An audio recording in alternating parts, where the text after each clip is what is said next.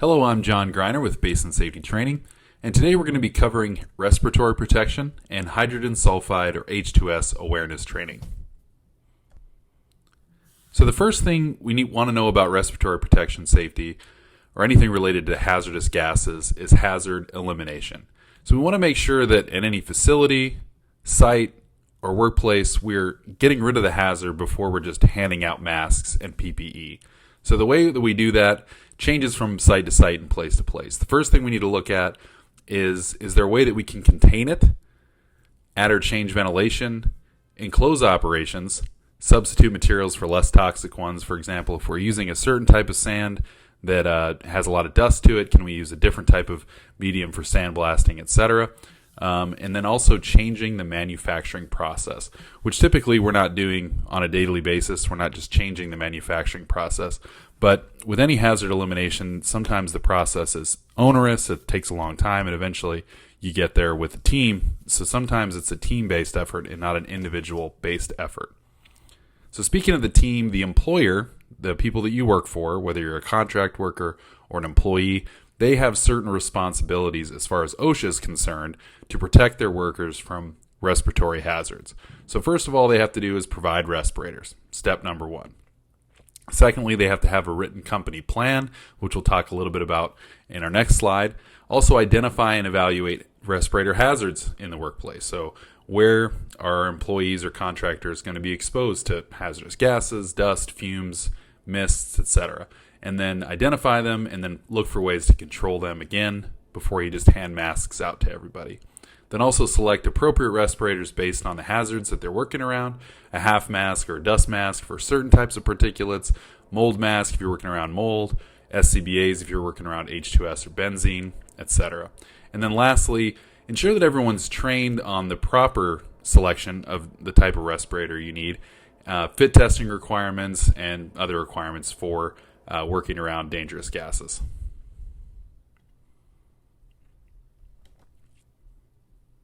So as far as the written respiratory protection program goes, there's a few different elements that need to be included in that. So if your company has one, you definitely want to look through it, make sure it covers these things. If it doesn't have one, definitely let them know, hey, if we're wearing masks or are required to wear masks, then we need to have one of these that we can look through and make sure we're following the right methods of working with this equipment. So the first thing is procedures for selecting right respirators.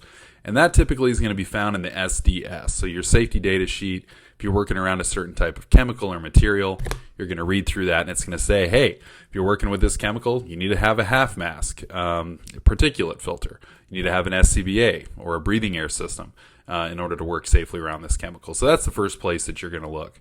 Secondly, employees that wear masks have to have medical evaluations, which we'll cover later in the presentation, as well as fit tests for the type of mask that you're using. Also, it should discuss a little bit about use procedures of the masks, what the limitations are, if it's a certain micron filter, what it's actually going to be filtering out, and then again, determining that compared to the SDS, if it's actually working for the type of chemical that you're working with.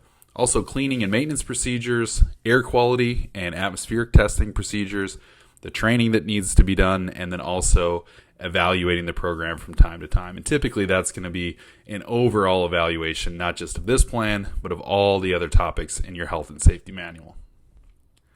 So different types of respirators. So typically in the oil and gas industry, we use SCBAs, and that's self-contained breathing apparatus. Basically the same thing as a scuba, just without the U. Other times, however, especially if you're working around sand, you're going to use an air purifying type respirator. So there's different types. You've seen these canister types that we have here in the picture. Some of them are just soft, kind of a mesh material that you lock into place with the SCBA. Really depends on the type of material you're working around. Again, sand, diesel fumes, welding gases. If you're working around H2S, you're definitely going to need an SCBA. Again, you're going to check the SDS for the type of material or medium that you're using, and it's going to direct you to the correct type of respirator to use. One thing about those respirators is they need to be NIOSH approved. Now, NIOSH is a fantastic organization because they actually test and make sure that the types of respirators you're using are designed for the type of media that you're working around. Because if your respirator isn't designed for the type of work that you're doing, it's actually going to do more harm than good. So can safety stink? Yes. If it's not followed properly and we're not doing the procedures correctly, absolutely we can have some problems. So it needs to be NIOSH certified. Again, make sure it's working for you, depending on what type of material or environment you're working in, and making sure that the right sizes are available to the employees in your workplace. And face size changes. I mean, if we respirator fit test 20 guys, you're going to have 3 or 4 different sizes just among 20 people. So it's not uncommon for people to have different size respirators. And the respirator, and we'll go over this a little bit later, should fit comfortably. You got to think, can I wear this thing for 8 hours? Not just during the fit test for 5 or 10 minutes, but for an entire work shift. Would that be, feasible? And if it's too tight, you definitely want to make sure you get a different size. All right, IDLH Atmospheres. We'll talk a little bit more about this in H2S here coming up in the next topic.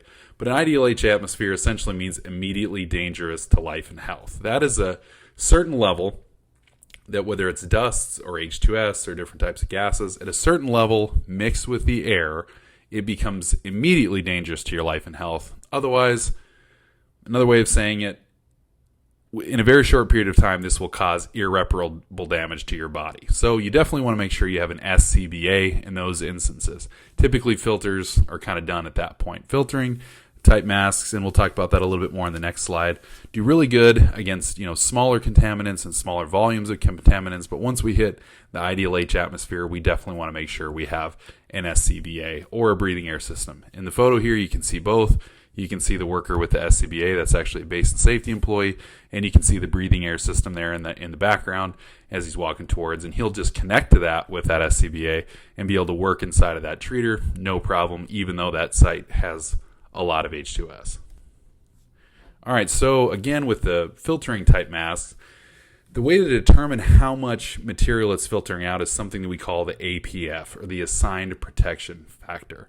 So the assigned protection factor, you take the amount of material you're working around and the number on the mask, and that number on the mask, the APF, is going to tell you if it can, how much material in the air it's actually going to filter and protect you from. Again, if you're wearing a mask and it's not actually filtering out the material that you're working with, it's going to be worse for you because it's going to hold that material in and it's going to stay circulating within your lungs inside of that mask. So it's going to be a much worse situation. Now, the best thing to do here, if you have too much material in the air, is to create some sort of ventilation. That's the best thing you can do. And remember, the higher the APF, the better. All right, cartridge types, again, for the different types of filtering masks. They have different color codes, so black is for organic vapors, green for ammonia. Typically, we see pink in the oil and gas industry, or it may even look a little bit purple, but that's for dusts and welding fumes, even diesel. If you check the SDS, the pink type of filtering cartridge is the type that you use for that. So again, check the SDS and then go from there. All right, so medical evaluations are required for anybody that's going to be wearing a mask because we have to make sure that your body can, again, wear that mask for 8 hours. So is your lungs capacity capable of handling that? Can you manage less air? Because no matter what, if you're wearing a respirator, you're going to be getting less air or less, the amount of oxygen, especially with filtering types. SCBAs obviously have, air coming into that system, so you can actually get a lot more air than you typically would, but especially for filtering types, this evaluation needs to be reviewed by a physician. So typically in today's day and age, a lot of these are done over the internet. A physician actually reviews it, makes sure that there's nothing that kind of piques their interest or makes them think that you may not be capable of wearing a respirator, but definitely be honest on these. You don't want to say, oh, if I say no here, they're gonna call me and say that I'm not available or I'm not capable of wearing a respirator. Again, this is your health. You want to make sure that you answer honestly those questions to make sure that you don't harm yourself or put other people in harm's way of having to rescue you if you get into a bad situation. Now, let's say hypothetically, in today's day and age with the pandemic stuff going on, this has definitely become kind of more at the forefront. You want to wear a respirator in your workplace, but it's not necessarily required by the atmospheric testing. Maybe it's just like, this dust I'm working around really kind of bothers me, even though maybe not, in the IDLH or the permissible exposure limit, but I want to wear a respirator. Perfectly okay. You can, But if you do choose to do that, you have to follow all the rules and regulations of the Respiratory Protection Program, even though it is not required for you, if you choose to wear one. So that's, again, perfectly okay, and the company does need to provide that to you. So as far as fit testing goes, there's a couple different kinds of fit testing. The reason we do fit testing is to make sure that that respirator actually works on your face, that it seals properly, that you can breathe, that you can move around comfortably, and again, work in that for an entire work shift. So the two types of fit tests that we do are qualitative and quantitative. So qualitative are typically an irritant type smoke. You can put it into a bag such as the one here on the left, and that one right there is for a half mask. That's basically a bitter type solution that you spray into a bag like that and determine whether or not the person is going to sense that bitter. It's called butyrate. Make sure that they're not going to essentially sense it. Or you can do a quantitative, which tests more pulmonary function, how much air is moving through the mask in and out, and it gives you a little bit more of a graphical analysis of that individual's lung capacity and capability. So that one's typically the one that a lot of companies opt for. So repeating fit tests, that is an annual requirement. Medical evaluations typically don't change unless something significant changes to your health. You have some sort of lung problem, COPD, you've been in a car accident that's affected your lung capacity, etc. A medical evaluation is good for a long time. Fit tests, however, do need to be done every year. Or if you use a different type of respirator, you need a different fit test. There are changes in your physical condition as well, loss of weight, gain of weight. If the atmospheric hazards change, and again, you're typically going to need a new type of mask for that, or again, a year has passed. Seal checks, these need to be done every time you put the respirator on. You're going to do a positive pressure check and a negative pressure check. The way you accomplish this is you cover essentially the insert where your cartridge goes or your regulator with your hand completely. You breathe in, make sure that no air comes in as you suck in, and then you breathe out and make sure that that respirator gives you a little pop and seals properly. So obviously the importance of maintaining seals, really probably don't even need to cover this, but want to make sure that nothing gets in when you're wearing the respirator. That's the whole point. As you can see here, this individual also needs corrective lenses, so they have those very attractive lenses around there. This definitely gets the ladies or the guys. If you're trying to really up your game, then I definitely recommend getting some of those eyepieces there. But again, you want to make sure that they're sealing properly. You can't wear your typical lenses because it's going to prevent a seal. Most common reason for seal interference is hair, actually, both facial hair or the hair on your head. So you want to make sure that that's pushed back appropriately out of the way of the seal, and then you need to be clean shaven in order to wear a respirator as well. So as far as monitoring the respiratory protection program, companies are required to do this typically annually, again, along with evaluating their entire health and safety program. Again, they're going to look at, hey, what's the actual percentage of the contaminant in the air that we're working around, and does the type of respirator that we've chosen actually work to protect the workers? So that's something that the companies are required to do. So if you're going to leave the work area, then obviously you want to make sure you're wearing that the entire time you're in the we call it the red zone, where there's potential contaminants in the air. Don't take it off to clean it, to defog it, or anything of that nature. You need to actually go to the green zone or the safe area before you do that.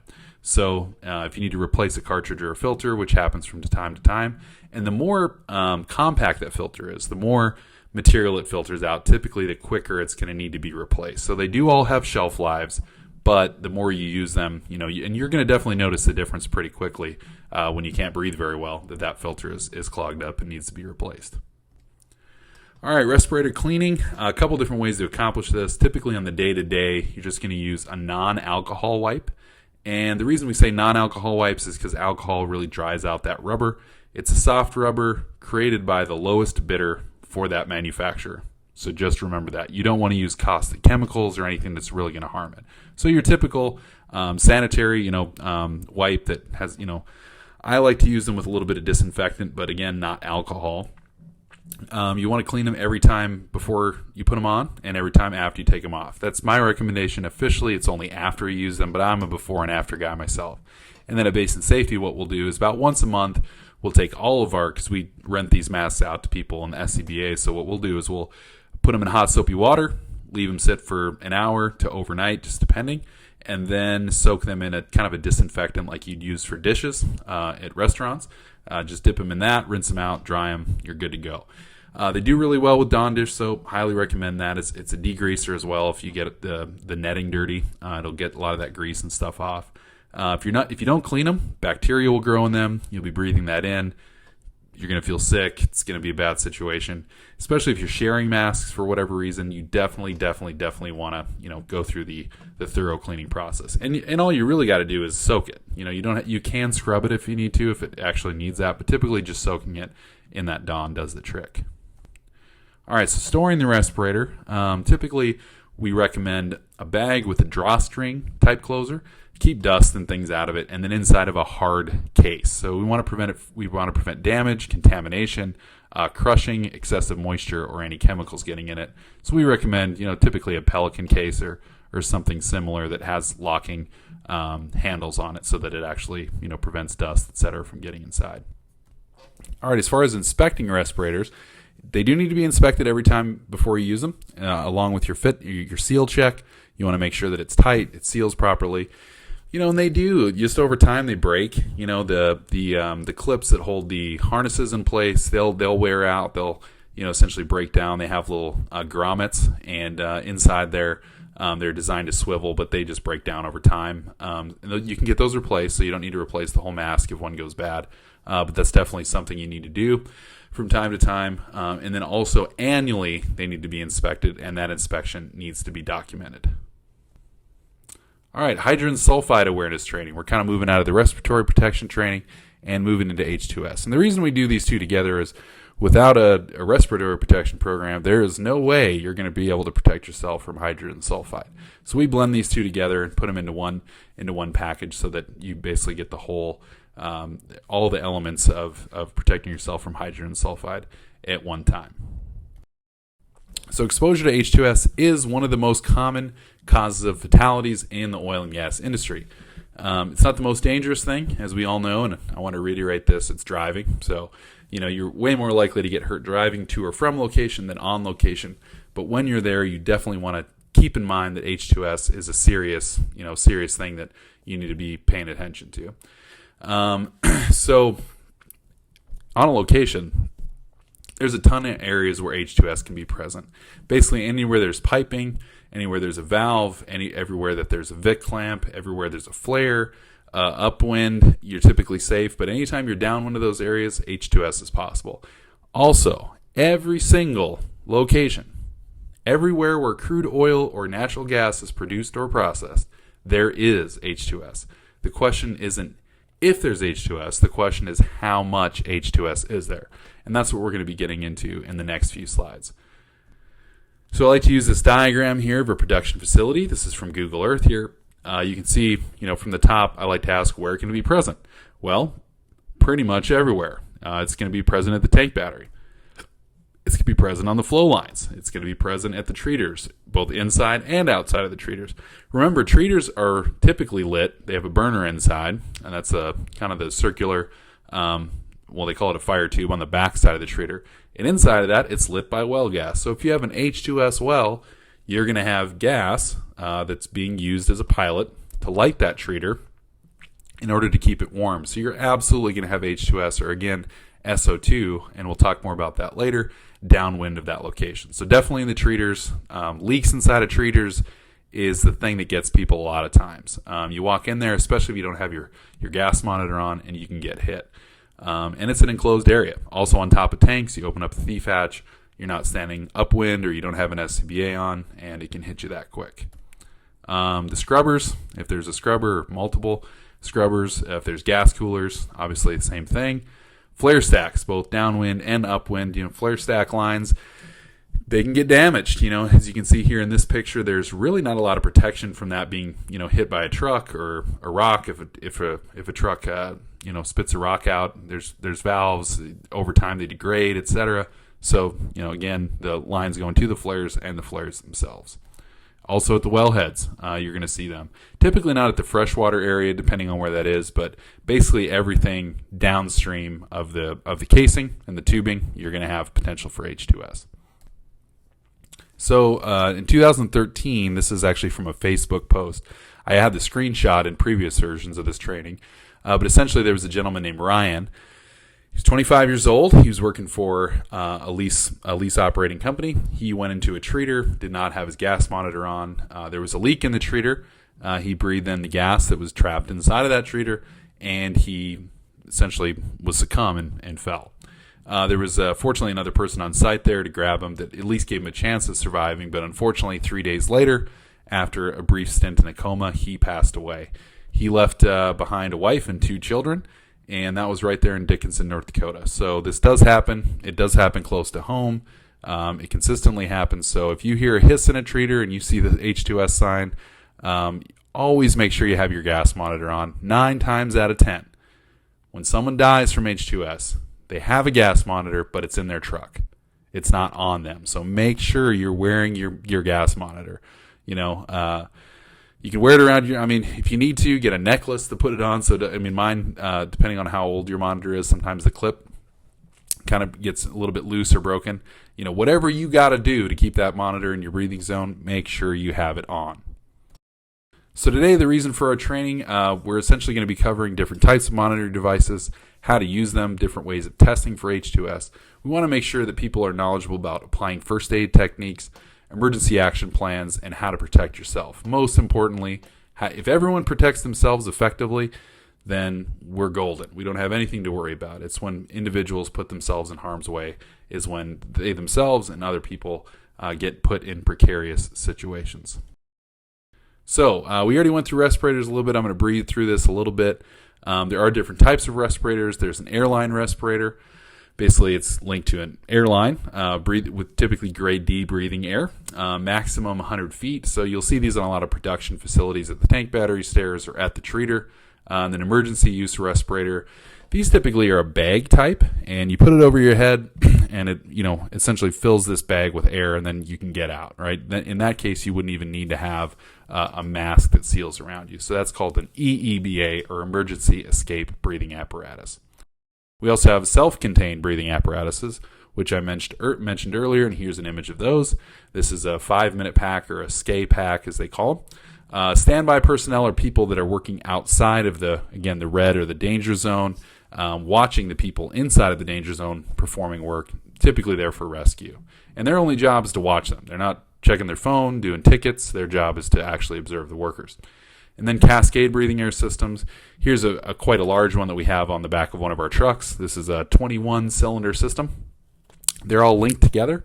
And I think a person, if there was a zombie apocalypse or something and you needed to breathe clean air, this bad boy would keep you going for quite a long time as one person. So each person uses about 100 cubic feet of air per minute. Each of these cylinders is 6,000 cubic feet of air. And that's if you're really breathing hard and heavy. So about 100 cubic feet per minute. That's not going to be on a quiz or anything. Just wanted to let you know. So also we have supplied air respirators. Again, that's bringing you, typically that, in that case, it's one over the head in a hood, and you've seen them. They kind of like come over the top of the head, usually in hazmat or Class A type suits. You're going to see those. And we also have remote monitoring systems. This is an image of a rig rat, the BW Honeywell rig rat, one of the newest ones. We rent these out. They're fantastic. They're alarm bar, H2S monitor, SO2 monitor all in one, LEL all in one. So there's a lot of different types out there. Essentially, you just can bring them anywhere you want, set them down on the ground, or put them on a stand, and they'll alert you if there's any H2S present. So as far as your responsibilities go, we talked about employer responsibilities with Respirator Protection Program. We're going to get into that here too, but for now, we're going to talk about you as the worker. So you are responsible to know about the provisions of this program. Basically, all the details. That's why we take the quiz at the end, just to make sure that you truly understand the nature of the requirements of this training. Observe safe work practices in the field, including the use of PPE and the care of PPE, and communicate if there's any issues that you experience in the field. while working around H2S. So if something ain't right, like the equipment's in the wrong spot, it's upwind when it should be downwind, the hose isn't long enough or it's too long, masks don't fit right, any issues that you experience in the field, you need to make sure you communicate that as soon as possible to your supervisor so that they can make the appropriate changes. All right, now that we covered what your responsibilities are, let's get into hydrogen sulfide. So H2S, or hydrogen sulfide, also called sour gas or rotten egg gas. I've even heard it called stank damp. I think that's a super southern Louisiana term, but it is in some places called stank damp. It has a rotten egg odor at very low concentrations. This always trips people up. Remember, you can only smell H2S at very, very, very low concentrations, like literally below where you would even need to worry about your monitor going off. That's when you can sense it. So if you sense it, a lot of people say you're safe, but just if you've ever been standing around a campfire, you've noticed that contaminants in the air, they can change in concentration, direction, and volume very quickly. So I'm a guy that the smoke follows around. Doesn't matter what side of the campfire I'm sitting on, that smoke's coming right for me. So if you're like me, you definitely want to make sure you got the right equipment because you never know where it's going to go. And depending on obviously if you're upwind or downwind, that's going to change as well. So it can vary very quickly. So if you can smell it, that does not mean you're safe. The only way to detect H2S is to use a gas monitor. Abbreviated H2S once again.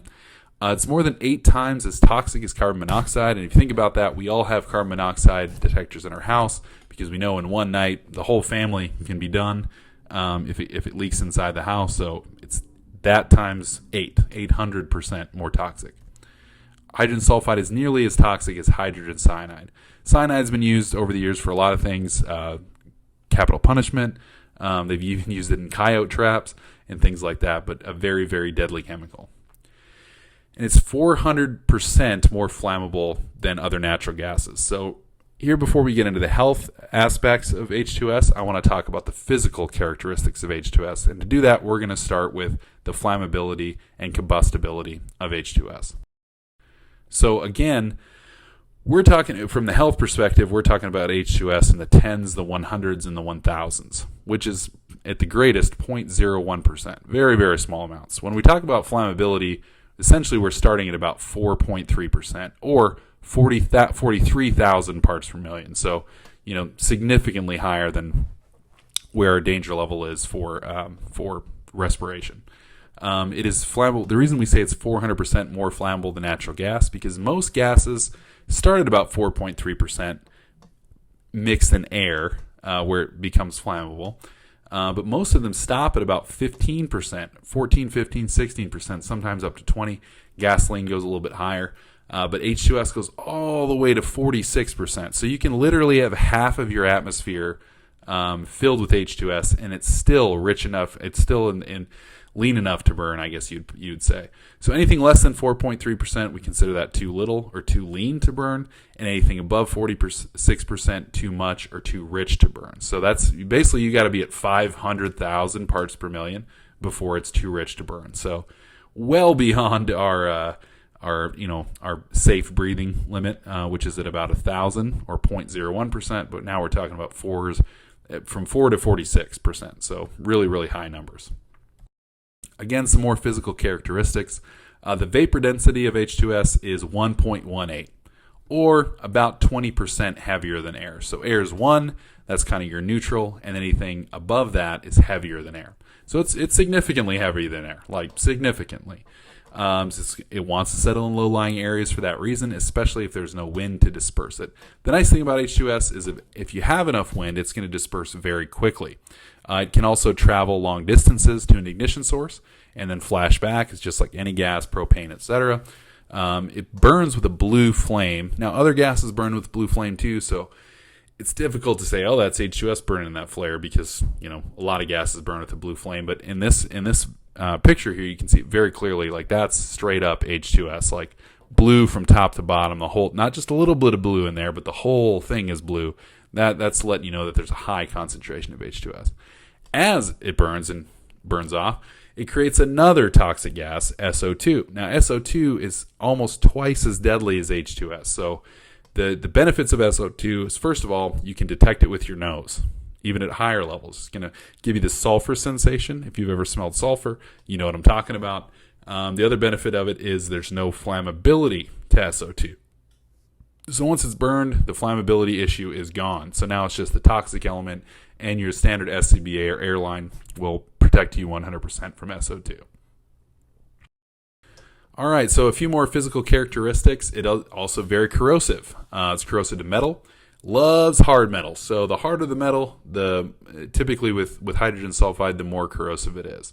It's very, very soluble in water. It shares a lot in common with H2O, H2S. So essentially, those hydrogen atoms are going to bond together, and it's going to essentially just go with that water very easily. It's also soluble in oil because oil again is a carbon in a hydrogen-based material, so it's going to blend with oil very well too, as well as gas. And how much of it stays in the solution is relative to temperature. So the colder it's going to stay in the solution as it warms up or is agitated or vibrated, it's going to come out of the liquid. So inside of metals in tanks, it breaks them down. Typically, you need a softer metal, for example, wireline, tools, etc. Where we have high H2S locations, we're going to be coating them with a nickel alloy and different types of softer metals so it doesn't corrode them as quickly. But if you run a wireline into a well with high levels of H2S, you would be lucky to get those tools back out of the hole because it's going to eat right through that wire, all the fiber optics. You will not get those tools out of the hole. You're definitely going to be fishing. All right, so H2S exposure limits. Now we're getting into the individual health hazards of H2S. We do have some OSHA established, some loose OSHA established limits for H2S. The reason I say loose is because they actually take their kind of guidance for a lot of chemicals, not from OSHA directly. OSHA basically says protect your workers from atmospheric hazards.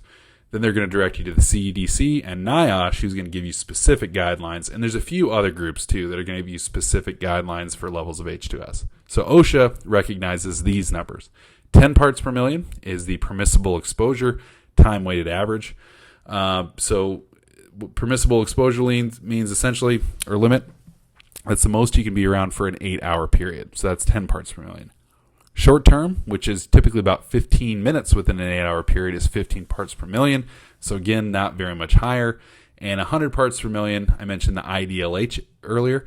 Every chemical has one of these. For H2S, it's 100 parts per million. If you don't believe me or you want to fact check, perfectly fine. Check the SDS. Again, even though you're going through this training, I highly recommend go through an SDS of any chemical you're working around. If you are on a location daily and there's just this weird chemical sitting in the corner and it says acrolein, look that up because acrolein specifically is extremely dangerous. Now, if there's acrolein on site, definitely acrolein somebody should have told you because one drop of that will wipe out a town. So definitely want to make sure you know about that. But any chemical, if it's methanol, if it's a corrosion inhibitor, if it's anything, if you can get your hands on material telling you about that chemical, and Google is a fantastic resource for this. There's sometimes some proprietary information in there as far as chemical makeup, but how to protect yourself is very clear. So definitely check that out.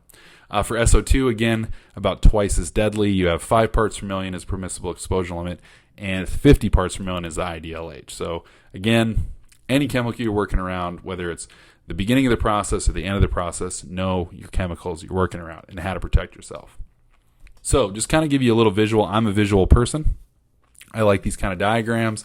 If you were to take H2S or 1,000,000 parts per million and represent it in distance, it would be similar to comparing 1 inch to 15 miles, or 15 and a half miles. So about a 15-minute drive at 60 miles per hour versus just, literally the half the length of your index finger. So just to put it into perspective here, if you were to measure that in time, it would be like 1 second to 11.5 days.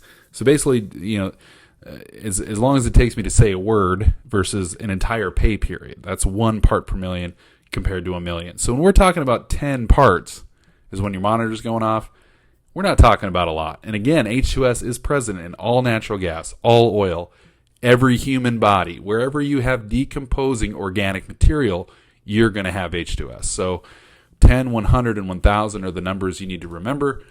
10 is your permissible exposure limit. 100 is your IDLH, and 1,000 is what I like to call DRT. are dead right there. And we'll get into that in a little bit more here in a moment. So as I mentioned, anywhere where there's decomposing organic material, you're going to have H2S. Potential areas, drilling, transportation, gas processing, production. It's in crude oil, produced water, natural gas. It's also present in coal mining, trenching, sewage treatment, landfills, paper mills, animal processing facilities, butcher shops, paper mills, a lot of different places. So if there's anything decomposing, you're going to have hydrogen, because if it's decomposing, that means it's a carbon-based material, which means it has a hydrogen base. And you're going to have sulfur, because sulfur is essentially what nature uses to break things down in order to decompose. So again, H2S, very common. It's everywhere. The question is not if it's there. The question is how much. And again, the only way to know that is to be using a detector. And we'll go over different types of detector here in a little bit. So acute health hazards. We have a few different types. We have essentially your acute is your immediate. So how much it's going to affect you depends on the concentration of the gas, how long you're around it, and your individual susceptibility. So you can be more susceptible to H2S than your neighbor or your buddy or the guy you're working with. And it can kill you. So if you breathe it in, which is the most common route of exposure, it reduces the blood's ability of carrying oxygen.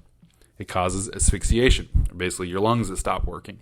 It affects the nervous center of the brain, which control breathing, the medulla oblongata. And if you've ever watched Happy Gilmore, I cannot say that without, or no, it's not Happy Gilmore. It's his other movie about being a Southern football player. Can't remember the name of it right now. You can comment at the end of this video if you on YouTube or in the quiz link and tell me if you remember the name of that movie. But essentially, I can't say that without thinking of that character.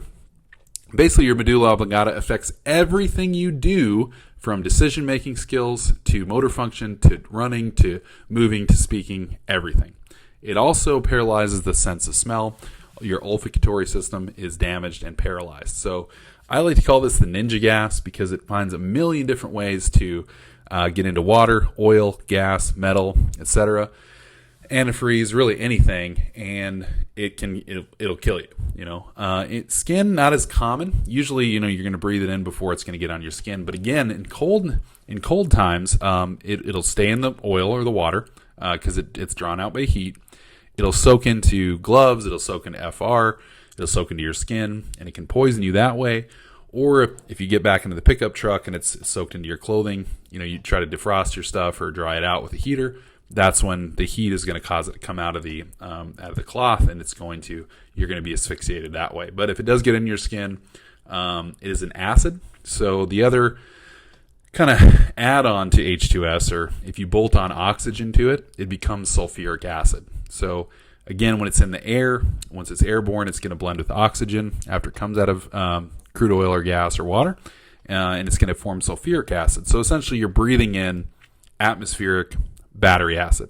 If you've ever had battery acid on your skin, you know how bad it burns and how quickly it goes through your skin, and how little water does to help you, and in fact how water makes it worse. Again, your lungs are full of water. You breathe it in, you're going to have some issues in your lungs. So chronic health hazards, if you do breathe it in and you're not immediately harmed as an acute, you're going to have chronic issues. Those chronic issues are going to include headaches, dizziness, nausea, vomiting, pain in the nose, throat, and pain in breathing, a slowed pulse, fatigue, insomnia, digestive disturbances, and cold sweats. Again, ninja, really bad stuff. In the eyes, it's going to cause redness of the eyes, irritation, and sometimes even blindness, depending. So there are higher risk population, and again, people who are predisposed to being more affected by H2S. And some variables there are people who have thinner blood, or people who've consumed alcohol within the last 24 hours are going to be more susceptible because, again, it reduces your blood's capability of carrying oxygen. It's going to go ahead and suck that oxygen out and cause you some problems. Anyone with a respiratory issue, COPD, lung cancer, any sort of lung issues at all. If you've had COVID, I'm assuming, I don't know, but I'm pretty sure it would. Individuals with psychiatric problems as well. So basically all of the oil field. No, I'm just joking, guys. No, if you're in the oil field, there's nothing wrong with you, probably. Other variables include body mass, overall physical condition, age, being a smoker or non-smoker, or just personal biochemistry. I know that one's hidden there a little bit, but just the way that you're made. I was once on a site early on in my career in oil and gas, my uncle and I were working together. He was a neighbor's hand, and we were doing some production work. And we were on a sour site. The wind blew the right direction, hit us both. I was fine. He was out for like 3 days. Couldn't sleep, insomnia, digestive disturbances, cold, red eye, the whole nine. He was messed up for 3 days, and I was just fine. So it can affect different people differently. So again, depending on how much you're exposed to and for how long, it's going to affect you differently. So again, wear your monitor. It's going to tell you, time to get out, Billy. Hey, your monitor's beeping. Don't stop and look at your monitor and be like, how many parts is this? Just get out, go upwind. And a big part of that, and we're going to talk about this in a little bit, is knowing where to go all the time. So if your monitor goes off, you're not looking around, where's the windsock? Where do I go? You already know exactly where you're going to run at all times. The odor threshold, again, is 0.1 part per million. Very, very small, basically the part per billions at this point. So you're not really going to smell it too much. If you do, it's going to have a little bit of a sweet / sulfur acrid odor at those smaller levels. And even at 2 to 5 parts per million before your monitor goes off, you're going to get some stinging in the eyes. You're going to get some nausea, some irritation, some headaches, etc. So you're definitely going to know it's around even before your monitor goes off. So 20 parts per million is going to cause fatigue, loss of appetite, headache, irritability, poor memory, and dizziness. 50 to 100 can cause digestive disturbances, loss of appetite, and after an hour, even conjunctivitis and respiratory tract irritation. So it's going to be hard to breathe. At 100 parts per million, this is where, again, irreparable damage, your IDLH, is going to occur.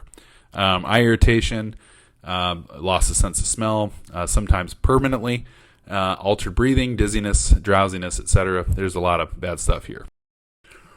The effects, some other effects, 100 to 150, complete loss of smell, 2 to 300, conjunctivitis, more serious, and pulmonary tract irritation. Then you're going to start getting pulmonary edema, which is where your lungs fill with fluid. Basically, your lungs are going to start filling with fluid to try to expel whatever's in there, like it would with a dust or a contaminant. The problem is because there isn't one, it's just going to keep sending fluid. That's a problem because you're already losing the ability to breathe, and now your lungs are filling with fluid. 5 to 700, that's where you're going to start. People are going to start passing out, depending on, again, your level of susceptibility. 700 to 1,000. Rapid unconsciousness, basically people are going to be overcome or knocked down. And 1,000 to 2,000, basically instant death. Again, we're talking about 0.01 and 0.02 parts per million. Not very much. So it's extremely important to have an emergency action plan. If you know there's H2S especially, but even if you don't, monitor the wind direction, know where the windsock is and where you're supposed to go at all times on site, and recognize that changes throughout the day. In the morning, it may be one place, and in the afternoon, especially if you're in North Dakota, it could be a totally different side of location. So part of that emergency action plan should be an immediate action plan if somebody's exposed. So the first thing you want to do is get everyone to a muster point and alert and account for all personnel. And that muster point should be upwind. Make sure you don the proper respiratory equipment if you have to go back in and rescue somebody. Make sure everybody's communicated with. There's an H2S emergency. If it's a big location and there's lots of wind, no matter how loud that alarm is, you're not going to be able to hear it. So the kind of universal sign for gas is essentially like 3 jumping jacks or 3 long horn blasts. So if you see somebody jumping up and down in a jumping jack, they're probably not doing calisthenics out there on site. They might be, but you should assume that that's H2S. Also, again, proceed to the designated safe briefing area or muster point and make sure everyone's accountable. If somebody is overcome by H2S and you get them to a safe area, you're trained for rescue, you have the right rescue equipment. Do not attempt rescue without the right rescue equipment. There'll be then 2 people to rescue instead of just 1. So if somebody has inhaled H2S or you inhaled H2S, the best thing you can do is get to fresh air immediately. If there's oxygen available, you can use that. If not, you can even use the grade D breathing air from your SCBAs, and that's going to give them clean air and then hopefully kind of clear out their lungs. Other than that, there's not a lot of stuff you can do. You can do CPR with a one-way valve. Mouth-to-mouth is highly discouraged in these situations. The one-way valve is going to allow air in, but not allow any air back to you. And then if the heart is stopped, obviously perform CPR. If it's in the eyes or the skin, you're just going to want to wash it for about 15 to 20 minutes. Now, that's a lot of eye wash solution, so make sure you definitely have that available, especially if you're creating an emergency action plan. So again, we talked about hydrogen embrittlement. Basically what happens is bonds of the harder metals, especially iron and steel,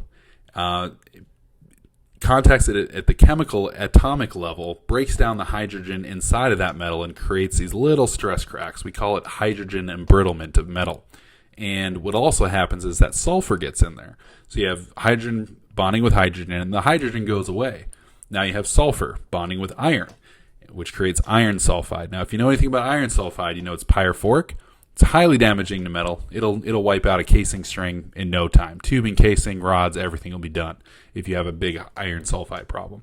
Also, once you remove that equipment from the ground, even flow lines, anything like that, you're definitely going to want to wet it and cap it. Otherwise, air will cause it to, again, spontaneously combust. It's a pyrophoric. So, again, this is the ninja gas, folks. It's pretty bad. Gets into everything. Finds a million ways to kill you. If it doesn't kill you by breathing it in, it's going to get in the pipe and catch your truck on fire, which has been known to happen. So, for that reason, employers are required to do facility surveys. So they need to test the sites to determine how much H2S is there and see if they need to provide breathing air, respirators, have a program, the whole nine. So that's on them. Personal monitoring, again, I've stressed this already. I cannot stress it enough. This could be a 50-slide presentation on personal gas monitors, but just wear your gas monitor. There's these little guys, your H2S single gas monitors, which are good, but again, only going to detect H2S, and there's other things out there that can cause problems. Must be worn in the breathing zone. That's about 2 inches down from your mouth, 2 inches up from your mouth, 2 inches to the left, and 2 inches to the right. So typically, on the lapel of your shirt is a perfect location. If you are exposed to H2S consistently, then as a part of your fit testing in your medical evaluations, you're going to want to make sure that that's done annually, and your doctors kind of keep in check with you, doing blood tests, making sure that you're not being overly exposed. All right, can't talk about a contaminant without talking about engineering controls, as we mentioned right away in the respiratory protection. Can we eliminate H2S? And the answer to that is yes, we can.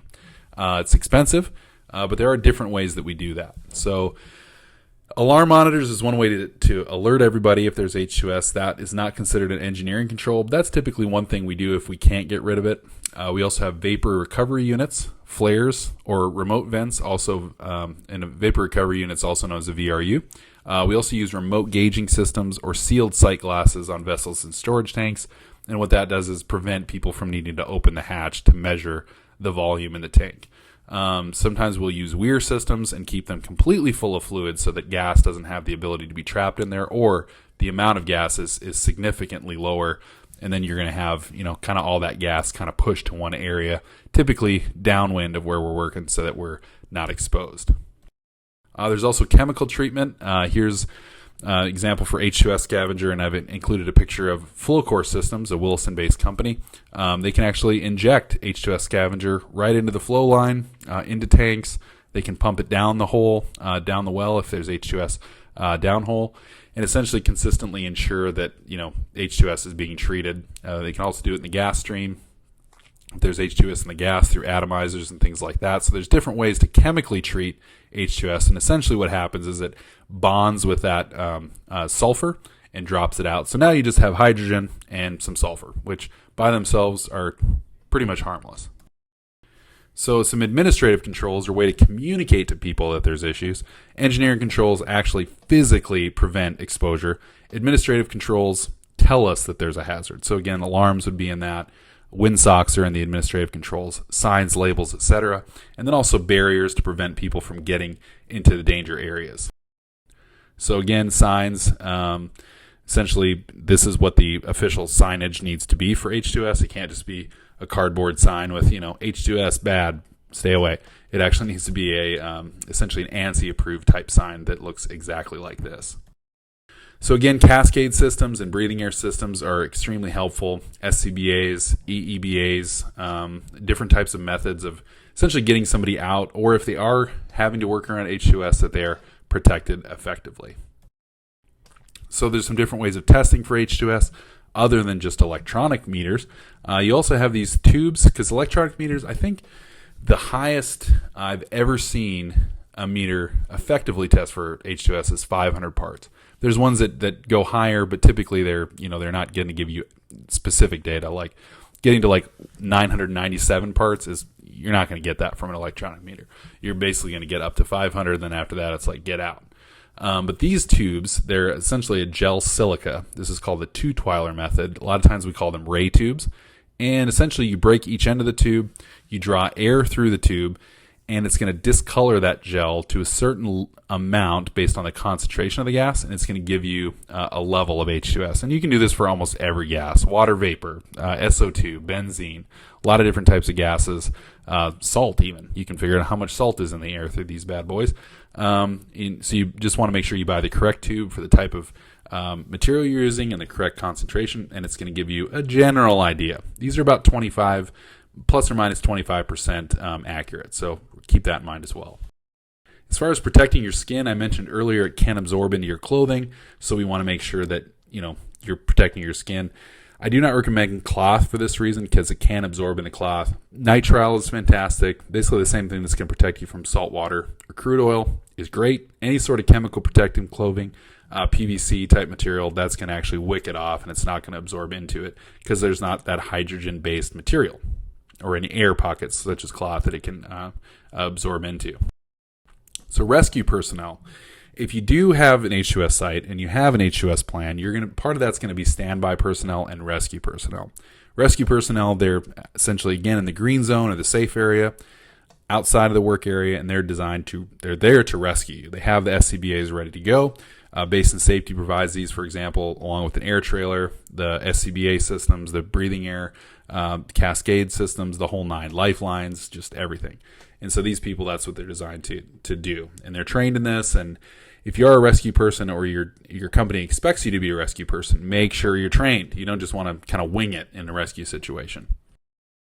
Again, basically all electronic meters need to be calibrated and bump tested daily, and then calibrated typically every 90 days.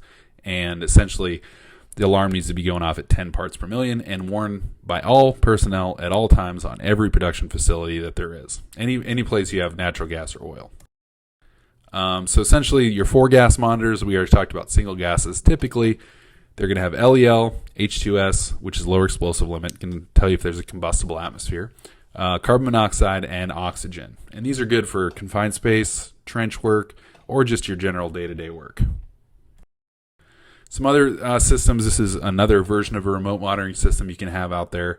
Again, these need to be calibrated, batteries changed out. These ones have magnetic backings that you can essentially put them all over a rig or open top tanks, mud systems, etc., scrubbers. You can put them around, and it's going to alert if any of those monitors go off. The whole system starts beeping at you. And again, that's a sign to go to the muster point, not to go figure out where the H2S is coming from. Get to the muster point. Emergency plans, again, it's good to have these.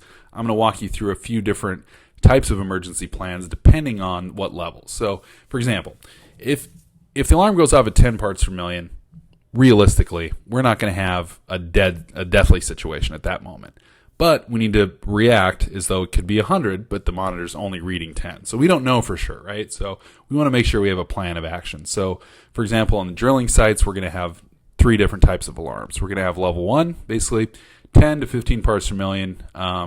It's going to be a softer, slower alarm, typically like a beep, beep, beep, like, hey, there's H2S here.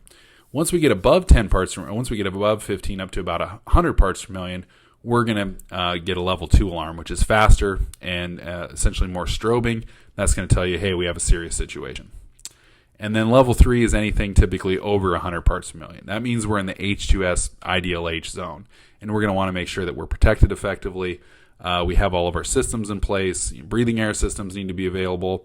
Rescue equipment needs to be available. Any methods to kill a well if necessary, or to isolate or prevent the exposure to H2S to the atmosphere, we need to have all those systems in place. So wrapping this up, just a couple things. As I mentioned, H2S is present in a lot of the different, everywhere in the petroleum industry as well as other industries. It's very toxic, meaning it will kill you. And toxic essentially means if you put 1 drop of this material on a rabbit or a rat, it kills them within either 2 hours or 24 hours. So that's what toxic means. So if you see toxic, it actually means something. And H2S is very toxic. It's also very flammable. can cause metals to corrode and cause severe stress cracking. So for that reason, never, ever, ever, ever, ever step on top of a tank, because you don't know if it's had H2S in it and if it's broken down the integrity of that metal. So we definitely want to make sure we have emergency action plans. If we have H2S, we want to create them and then also communicate them and cover them every day before work. Become wind conscious when working around H2S. We always want to make sure we're on the upwind side and our muster point is at the upwind area. Sometimes they'll just say entrance of location, entrance of location. Sometimes that's downwind of where the exposure might be. So just keep that in mind. If there is a gas release, don't panic. Immediately hold your breath, which is hard to do. Trust me. Move crosswind and upwind and protect yourself first and foremost. And never rely on your sense of smell to detect H2S. So some numbers to remember here. This would be good for the quiz. This is good for life. 10 parts per million is your permissible exposure limit. Essentially, they're considering that it's okay to work around that for 8 hours. I would not recommend that. If you're hitting that PEL, don't be like, I got 8 hours here. Because in some countries, it's actually 2 parts per million. So just keep that in mind. 100 parts per million is our IDLH, or immediately dangerous to life and health. That's where we know there's permanent irreparable damage at that level. You need to have an SCBA at that point. 1,000 parts per million, if you're breathing that in, again, dead right there, DRT, Superman's done. That's everybody's kryptonite, 1,000 parts per million. So if there is H2S present, make sure we're doing daily briefings with assigned roles. This guy's calling 911. That guy's doing a head count. This guy's blocking the road. That guy's shutting the well in. Everybody has specific roles if there is an H2S emergency. Again, you do not want to be winging it if things go bad. That's a bad time to be figuring out who's doing what. Make sure gas monitors are calibrated and bump tested, because they can go bad. I mean, they bounce around in a truck. They get 150 degrees inside of a truck. You leave it, overnight or, during the workday. A lot of things can happen to make these things go bad. So we want to make sure that they're actually working properly. And the way that we do that is we calibrate them. And you always want to have at least one muster point on a site. I recommend having 2, and basically your primary and your alternate, just in case wind direction changes. And typically you can check the weather and see where the wind's going to go.